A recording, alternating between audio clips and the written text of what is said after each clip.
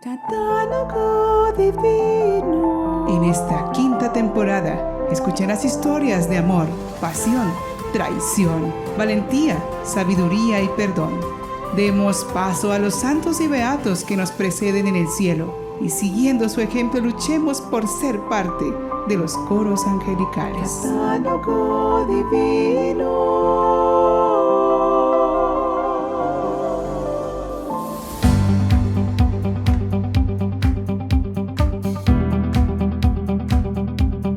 Ya está al aire el catálogo divino en este 4 de noviembre del año santo de la esperanza.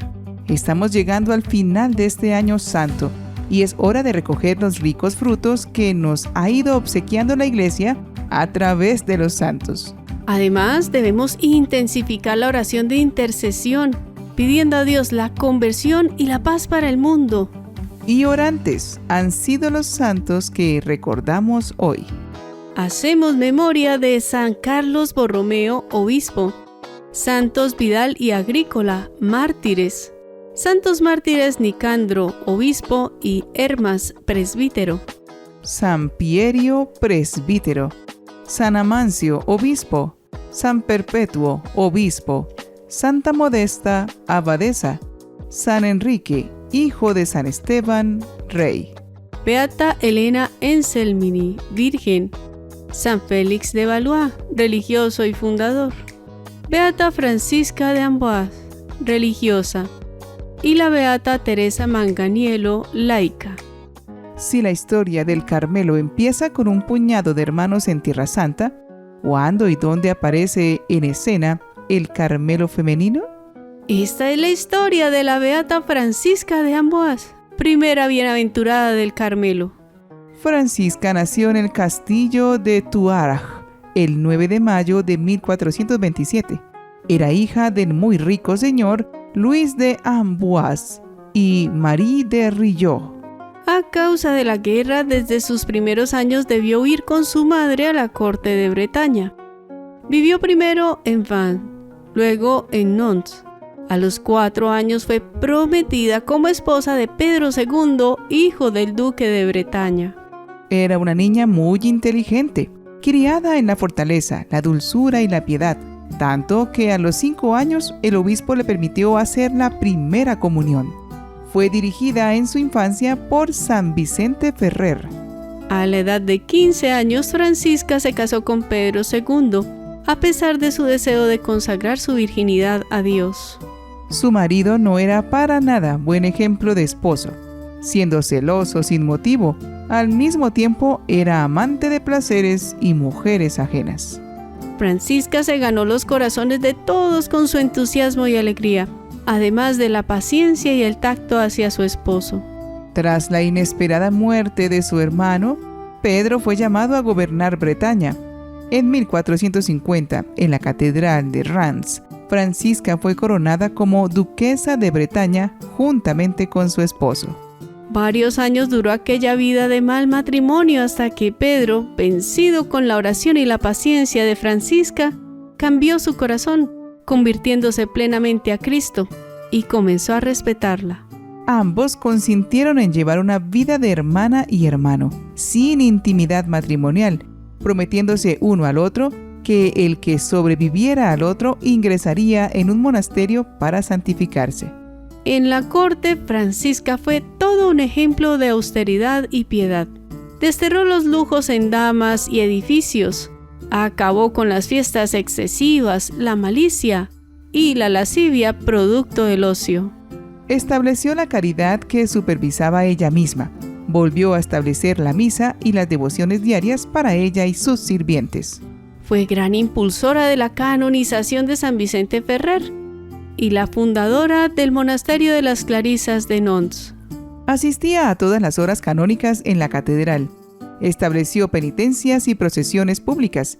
Restauró iglesias y hospitales.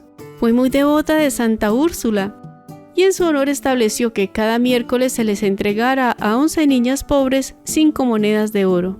En Navidad procuraba regalos y sutilezas para los niños pobres. Y en Jueves Santo, ella misma lavaba los pies y socorría caritativamente a 12 mujeres pobres. El hospital de leprosos, un pudridero antes de su llegada, supo de su caridad, arreglando las instalaciones, construyendo una capilla nueva, y les hubiera atendido personalmente si se lo hubieran permitido. En 1457, Pedro cayó enfermo de un mal del que nadie supo dar cuenta, ni los mejores médicos. Algunos cortesanos sugirieron que era un mal causado por alguna hechicería, y se procuraron un hechicero para sanarle, pero Francisca no quiso ni oír hablar de aquello. Así, en septiembre de ese mismo año falleció Pedro, dejando a Francisca con gran dolor y además a la merced de Arturo, sucesor de su marido, que le arrebató poder y bienes, la maltrataba de palabra y acción. Pero a Arturo le sucedió el conde de Etampa, duque de Bretaña, que restituyó a Francisca lo robado y le manifestó afecto y devoción, reconociendo sus virtudes. Poco tiempo llevaba de viuda cuando su padre quiso casarla en segundas nupcias con el duque de Saboya, pero Francisca se negó, aunque los reyes Luis XI y Carlota tomaron parte en el asunto insistiendo. Además, con consentimiento de su confesor, Francisca hizo un voto privado de perpetua castidad y para alejarse de pretendientes e inoportunos, se retiró a Sants. Luis XI, molesto con aquella obstinación, mandó a los parientes de la beata que la tomasen por la fuerza y la llevaran a su presencia. Así lo hicieron. Pero cuando iba a partir el barco anclado en el Loira, el río se heló y no pudieron partir.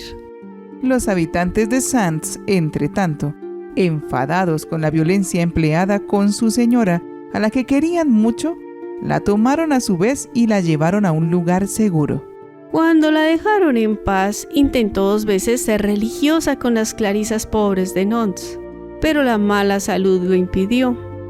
El 25 de marzo de 1463, conoció al beato Juan Soret, prior general de los carmelitas, que había ido a visitar los conventos de Bretaña. Este le contó sobre su obra fundacional de monjas carmelitas asociadas a los frailes. Francisca quedó impresionada con la vida carmelitana, su historia y su devoción mariana, por lo cual accedió a formar parte de aquella obra. En 1427, el beato Juan hizo construir una casa para alojar a 9 monjas que llegaron de Lieja, Flandes, el 2 de noviembre de 1463. He aquí el primer Carmelo femenino en Francia, bajo el nombre de Trois Maries, dedicado a las 3 santas mujeres del Evangelio, María Magdalena, María de Cleofás y Salomé. A sus 40 años, el 25 de marzo de 1468, Francisca recibió el hábito del Carmelo y un año después abrazó el compromiso de la profesión religiosa. Renunció a sus títulos y no quiso trato ni distinción especial, sino ser considerada como una humilde sierva de Cristo. Elegida priora de su comunidad de Vannes, poco después, en 1477, se trasladó a los Cué de Nantes. La Madre Francisca ejerce su oficio con dulzura, firmeza, pero también humildad y dedicación, y exhortaba a sus hijas de esta manera: Alabad a Dios y dadle gracias, porque os ha llamado a su servicio. Y hablándoles sobre la cruz, les decía: Ayudad al Señor y llevad con él la cruz, de buen grado, con ánimo alegre, porque la cruz tenéis que llevarla siempre, y si rehusáis alguna, en su lugar hallaréis otra más pesada.